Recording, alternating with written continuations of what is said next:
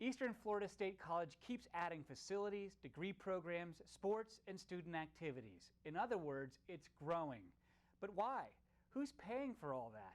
And how does the quality and value of the education compare to other colleges? Today I put those questions to the man who has been a driving force behind all of it, Eastern Florida State President Jim Richey. As you'll see in a moment, Richey is still as energized and driven today as he was when he assumed the presidency 5 years ago. Dr. Richey, thanks for joining us here today. We've recently had some news about some groundbreakings for Eastern Florida State. Let's start there because that's what people see. Yeah, absolutely. And thank you for inviting me again. I've been here a number of times over the years, and I can tell you I really enjoy being on your show and talking to our community about the great things that are going on at Eastern Florida State College. Recently, I guess it was August, mid-August of this last year, we had a groundbreaking on the Melbourne campus for a new Health Sciences Institute. Large building, 60-some thousand square foot, in total, $20 million project that will serve our health sciences areas, allow us to take programs that were kind of scattered in different areas and put them into one to be more efficient in terms of the kind of equipment and staff and faculty that can work with them, and also allow us to expand into some other areas that we haven't done in the past from a health sciences perspective. So it's going to have great faculty, great simulators, all kinds of stuff to make it real world, that when a person graduates, they're ready to get out into the field and do a great job and understand the roles that they're in. What kind of students go in there? What kind of training programs are they in? Well, you're going to have all kinds of different ones. Nursing, of course, is a major one. Nursing will be there. In fact, we'll have an emergency room. Looks exactly like an emergency room where they can back into the ambulance will have a port, and they'll go right into like an emergency room. It'll look exactly like it. All kinds of other programs associated with that, some physical therapy assistant programs, respiratory, all kinds of different programs that are associated with that. Everything but the medical school, right? We have so many health professionals that you encounter at a hospital or any doctor's office. Right. They got to hire from someplace, right? Well, that's just it. We of course don't have a medical school. That's not what our charter is essentially. But there's so many supportive roles, Matt, in the healthcare industry, and I'm sure you've had other guests on here have talked to you about that. All these other roles take a high degree of skill, and we're the kinds of places that they'll come and get that skill. And so we're really proud to be part of about the healthcare, moving healthcare forward in our region, and that's really what these jobs are in great part. You also had, last time we talked, you were about to do something with a criminal justice, public safety facility there. What's up? So previous to the groundbreaking this last August, approximately a year and a half prior to that, we broke ground on the new Public Safety Institute. And again, it's a similar kind of deal as the health sciences, except it's much more geared towards, obviously, first responders, folks that work in our jails, police officers, and those types of things. So that building was built on time, under budget, and it served us extremely well on the Melbourne campus. And if you get a chance, I'd invite you to come down, or anybody in our community that would like to come down and check out what's going on down there. Again, great simulators, all kinds of good faculty. The rooms are set up in such a way to be so that when you graduate, you are ready to go to work. So the second building is on top of the first one, and frankly, we haven't had new building money in many, many years. So extremely appreciative of the governor in signing the health sciences, and actually both of these buildings for us with our legislative delegation and all the leadership that's taken place. So we've been very fortunate, very fortunate. Now, here's my big question. The legislature hasn't given a lot of money for construction like this, or at least it's not coming through on a regular basis. In fact, some of it was vetoed. That's correct. For several years there, especially when times were tough. Where does the money come from to do that? Tuition? Are you raising tuition? No, for these buildings? Yeah. That's not coming from tuition. Absolutely not. In fact, these are appropriations from the state. Okay. Okay. And they got to meet some real strict criteria that the governor, in particular, and the legislators as well, are looking for. A lot of them, they want to be obviously STEM related: science, technology, engineering, math. And I'm sure I've seen your show. I know other folks talk about the same types of things as we do. You're talking about a health sciences building, okay, in a growing area of healthcare needs. So that fits squarely within that. And the return on investment, everybody talks about return on investment, and I know our governor does as well. The return on investment of these new jobs that have real needs in our community is just fantastic. So it's money well spent, and that's why, in my opinion, we've got the funds to do it. Now, did you say what's going on with tuition? Is it up, down, sideways? I'm glad you asked. I'm glad you asked. A couple things. On tuition, specifically, I became the president, the interim president in 2011, October, actually. So just about, a couple weeks from now, essentially, okay? Been 4 years, so I'll be beginning my 5th year. In that time, I have recommended that we not raise tuition one time. We haven't raised it at all. And the Board of Trustees has approved that budget with those types of no tuition increases in there. So we have not raised tuition any of those years, and as a consequence of that, I read that in some of our journals that are publications for community colleges, state colleges around the country, that we are, I believe, the 21st least expensive college in the country. So, I mean, that's not by coincidence. If you don't raise tuition and everyone else is raising tuition, then obviously you're going to be, less expensive. Let's talk about numbers and rankings. I know that people who shop for colleges look at these a lot, and obviously you guys are trying to make progress at the college, and you probably have metrics that you look at. Give me a sense of where things stand today. Well, one of the most important metrics that I always look at, I know the Board of Trustees looks at, it's very important, is our graduation rate. Are folks coming there and are they graduating? And I find that to be very, very important. We have one of the highest graduation rates in the Florida college system, of which I'm very proud. It's a big deal, and it's getting to be even a bigger deal. I'll tell you about that a little bit later with the performance funding that we're now under from the state legislature. But in addition to that, nationally, we rank 26th in the country in the production of associate of arts degree holders. And there's other along the sciences as well. We're the 28th number and that type of thing out of 1,200 similarly sized colleges. So. To me, that's impressive.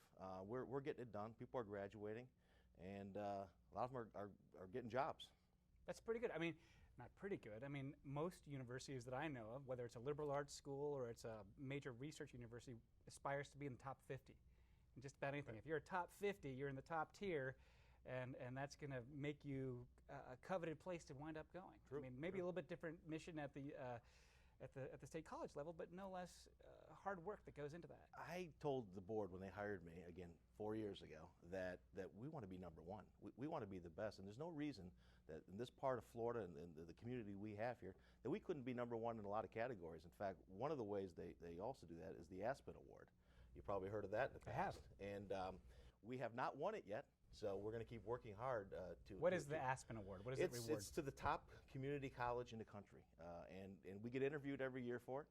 Again, there's 1,000, 1,500, probably more that actually apply to be considered. Many colleges in the Florida college system actually have not many, several have won it. I know Valencia won it. I believe Santa Fe won it last year. And every year we get in the top, high percentiles, top 10 percentiles probably within that award. So. We have a ways to go, but there's no reason that we can't be. So that's kind of the energy that I like to have across the college. That we should strive to be the best. High performer, low cost, good value. Exactly. Talk about this performance. Not performance pay, but Right. I guess it's performance funding in some fashion from the state. Talk about that a little bit. Brand new. That just came out, through this last legislative session. I know that was a rough session. I know you guys talked about it a lot, and of course everyone watched it very closely. But there's a new performance formula, essentially, that takes everyone who's in the Florida college system, there's 28 of us, and it allows certain monies to be, quote, called at risk.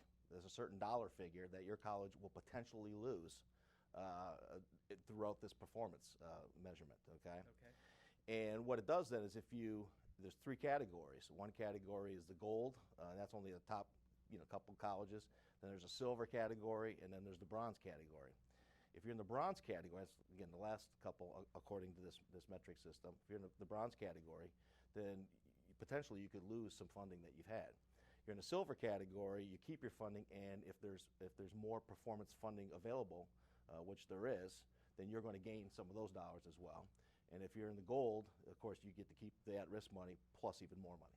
So it's very much, it's tied to real dollars. It's tied to real money. It's a very, very serious thing. And they look at a number of measurements, one of which, of course, we just talked about was graduation rates. Another one is retention rates. Another one is jobs and kind of the wages of those jobs. So across the state, no measurement system is going to be perfect, as you might imagine, because all areas are pretty much, there's some differences, obviously. Our area has been hit quite hard, obviously, over the years with the space areas and jobs in this area and whatnot. So wages could be a little bit lower here than it would be other places, et cetera, et cetera. But after it's all said and done, we're in the silver category this last year. Of course, we aspire to be in the gold category next year. And I can tell you, we're working very hard to meet every one of the kind of expectations they've laid out there to do well. With that said, you also have to realize that, and a lot of folks maybe don't realize this and they should, that the Florida college system is the best college system in the country. I know California has led the way in a lot of ways over the years, but because of their budgetary problems in California, Florida has basically overtaken them. So when we measure ourselves, even if you're in a lower end of it, you're still the lower end of some of the best system in the country. So I'm very proud of what our college has done and what really our system has done across the country. You have added a number of bachelor's degree programs. In fact, it was tied to the name change Right. a few years ago to Eastern Florida State from Brevard Community College, because we're going to start moving into adding bachelor's degrees and awarding those. How has that done so far? How many people do you graduate now with bachelor's degrees? It's so gratifying to see. I mean, as you said, we created the baccalaureate tracks. Actually a couple years ago, we became Eastern Florida State College in the summer of 2013 and began our programs thereafter. We've already had a couple graduating classes, folks who just took tons of credits, even though it should take you 2 years. Some of them took them a year. I mean, some very, very, very hardworking students. We've had a couple graduation classes, and you just have to stop and when they're coming across the stage, and you see it in their eyes and you see it in my eyes. I'm so thrilled that these folks have had an opportunity to get that degree, because it's very meaningful in a lot of ways in terms of their careers, in terms of the amount of money they can make. I mean, the average baccalaureate holder over the course of their careers will make $61,000 is the statistic that we were given through a report, an economic impact report that was done about a year ago or whatever. So what we've tried to do is get them into areas that are high need, obviously. Okay, and there's really three basic areas. One of which, of course, is the technology areas. We're in a technology area of Florida, obviously. So there's a variety of tracks in the technology area. Another one, of course, is healthcare. And these aren't just unique to baccalaureates, obviously. I mean, Right. There's associate's degrees as well. And of course, the third area is business, and a variety of areas within a business setting. So within 2 years, I can tell you right now, we have just under 1,000 folks actually enrolled. And every time you turn around, there's hundreds more every time. So we've obviously hit a need in our community. And the kind of folks that are in here, again, these are, first of all, you have to have an associate's degree to actually get into the programs. Okay, so that's different than your typical university, freshman. Where you sign up, you enroll as a freshman to get a business degree. Right. Here you have to have your associate's degree before you can get into that. So you're talking about different types of folks in some ways. Our actual average age of folks that are in the baccalaureate program are in the 30s, the 32, 33, somewhere in that range, okay? So these are folks that have been working in the community. They have their associate's degrees and whatever their associate's degree happens to be in. They're working in industry, they're working in businesses, and they want to become a manager. They want to move the next step up in terms of their employers. The employers want them because they need those people. They've proven themselves as valuable and good employees with the skill set, the technical maybe skill set they need, but now they need the managerial experience in those types of things. So it's been a perfect meld. We work very closely with our community. We have all kinds of industry folks on our advisory boards in all these different areas. And they're the ones coming to us and say, have you thought about doing a degree in this? Have you thought about doing a degree in that? And so that's how we listen to them. We do our surveys. One of the things I did when I became the president is I told the board that on an annual basis, if not more, and it's turned out to be more than once a year, we're going to survey. We're going to survey everybody about everything. I mean, in terms of students and what do they want, what is the community looking for, what is business looking for, would they hire people if we did this and did that? We routinely do these kinds of things. And that served us extremely well in terms of developing programs that meet that need. So it's been fantastic. And I'd say we're just getting going, Matt. I mean, I think there's more on the horizon, you'll say. Well, we recently took a trip down to Embraer, walked through their assembly plant in Melbourne, and while we were waiting to meet with Phil Krull, their general manager down there, there was just one person walking in for an interview after another for jobs. And then when we went into the facility, we looked and were taken aback by how technical the work was, how specialized that technical work was. And these were airplanes. When you look at these rigs that they were building, how much our lives depend on that. I mean, these were the need for a really good professional technician for these types of jobs seemed very high, and it made me wonder how much was the college connected to that company and trying to make sure that that workforce was there for them. That's a great point you're bringing up. I mean, we saw this a couple years ago. We saw where the airport was moving. We announced it a number of years ago that we were going to try and develop a program for the maintenance folks on the aircrafts and whatnot. And you know, those are very difficult programs to put together if you think about it. You know, you've got to have aircraft, you've got to have massive engines, you've got to have all kinds of equipment to work on these things. You've got to have highly specialized professors who have that background. You've got to have you know, FAA approval. Now, that's not an easy thing to get.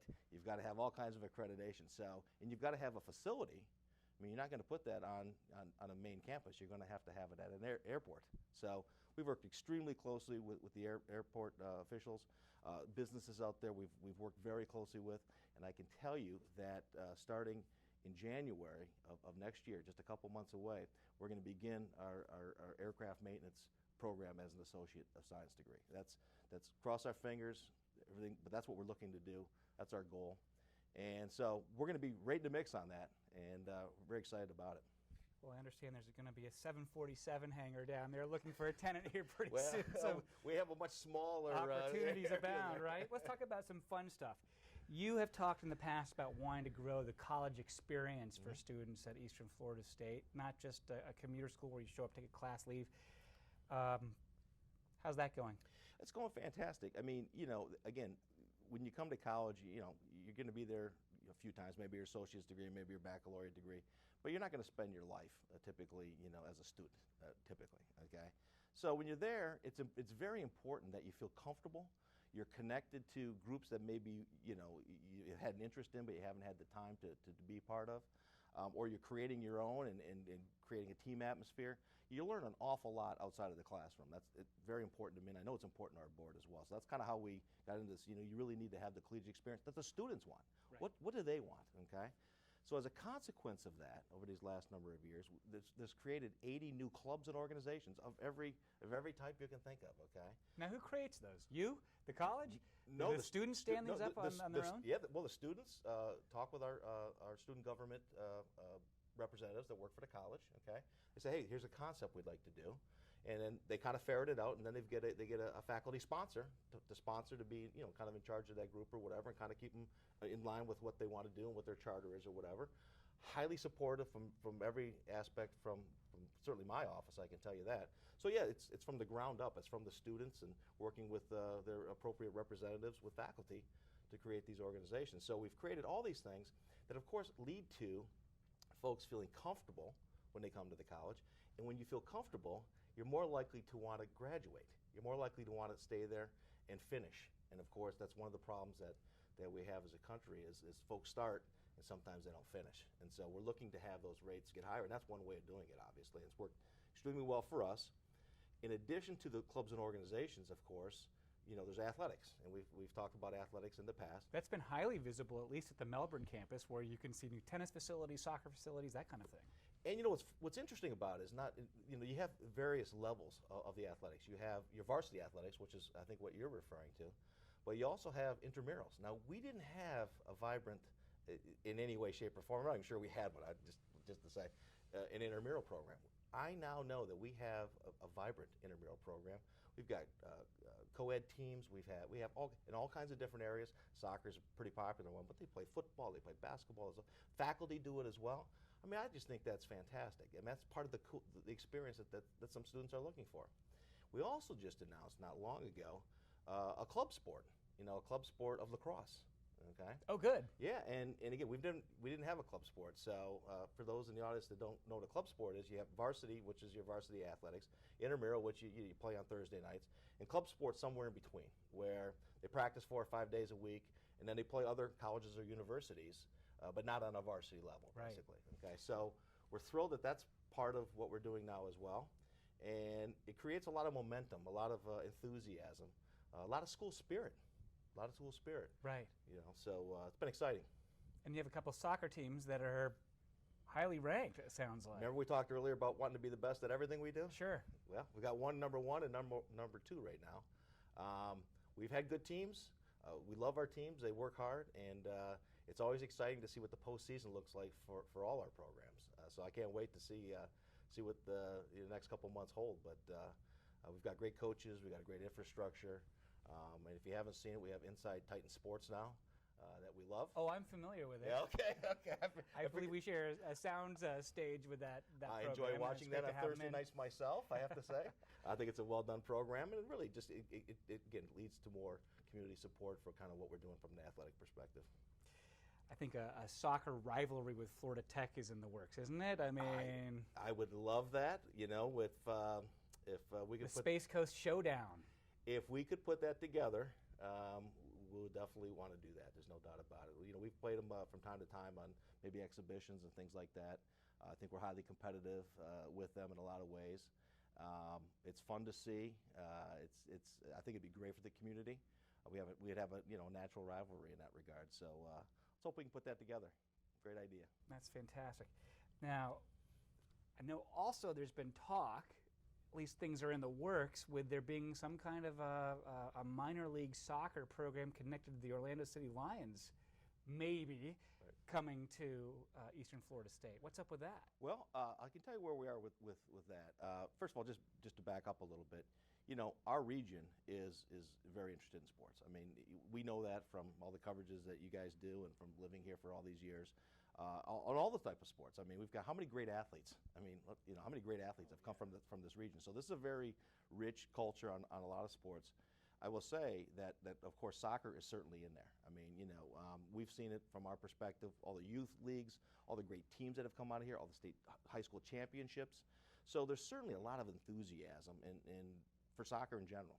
Okay, now with Orlando City setting up shop in Orlando. I can't even believe how great they've done. I mean, if you followed what they've done over there, if you've been over there. I've been to a couple of games now, and they are among the best pro sports events that I've been to.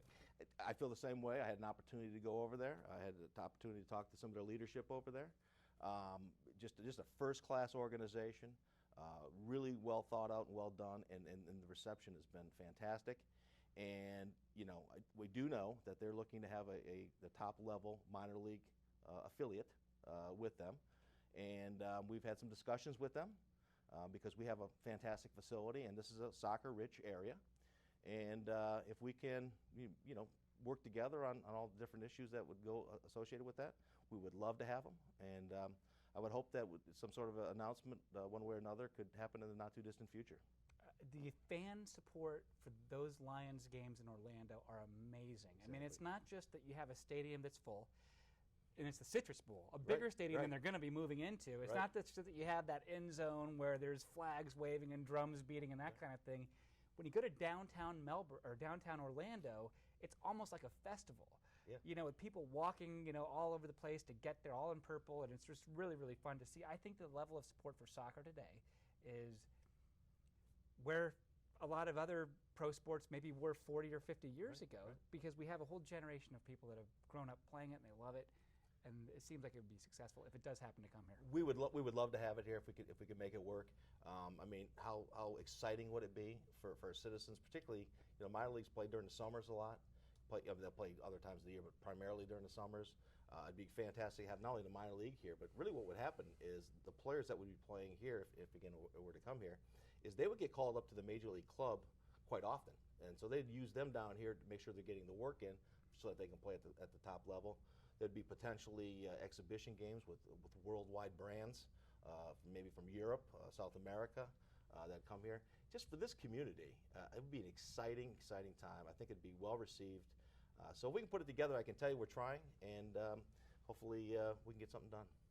We have 2 minutes left in this program, and I didn't want it to go without giving you a chance. I wanted to just hear from your perspective as the president of the university. What's your biggest challenge day to day in leading this organization? Well, first of all, I have as much passion today as the day I started. I can tell you that. I love what I'm doing. I love the direction. I really love the community support. I'm very thankful for the community support that we get. The community is behind us in every regard, so that's really gratifying to me. In terms of challenges, I would say one of the biggest challenges now, these colleges are now getting to be 60 years old, okay? And we're large institutions. I mean, we have a lot of places have multiple campuses. We have 4. Other places have 6 or more, okay? And as a function of that, one thing that led to them building these buildings and maintaining these buildings and remodeling these buildings was PICO funds, okay? And that's tied to a tax on, I think, landlines on telephones that really don't do a lot anymore. The people don't have as many of those, obviously.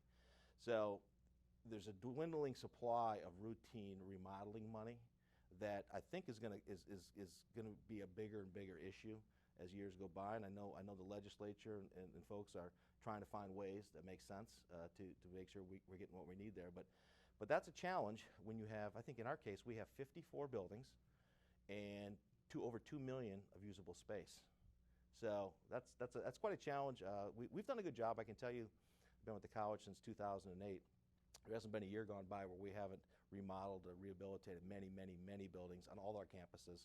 And there's plans for all our campuses in terms of future growth, new buildings, not just Melbourne. That we've got Coco's going to have a new chemistry building down in Palm Bay. We set up our fire academy down there and got approval for start building a lot of structures associated with that. So we're going to utilize all our campuses like we'd like to, obviously. But I think over time, a challenge will certainly be along those lines. Dr. Jim Richey, thank you so much for joining us here in the pleasure. studio today. Thank you. Well, that's our program. My thanks to Eastern Florida State College President Jim Richey for taking time to share a progress report. To share your feedback or suggest new topics for the show, shoot me an email at mreed@floridatoday.com or reach out via Facebook at facebook.com/MattReedNews. Don't miss my next interview with the Brevard County Newsmaker every Wednesday on WEFS and FloridaToday.com.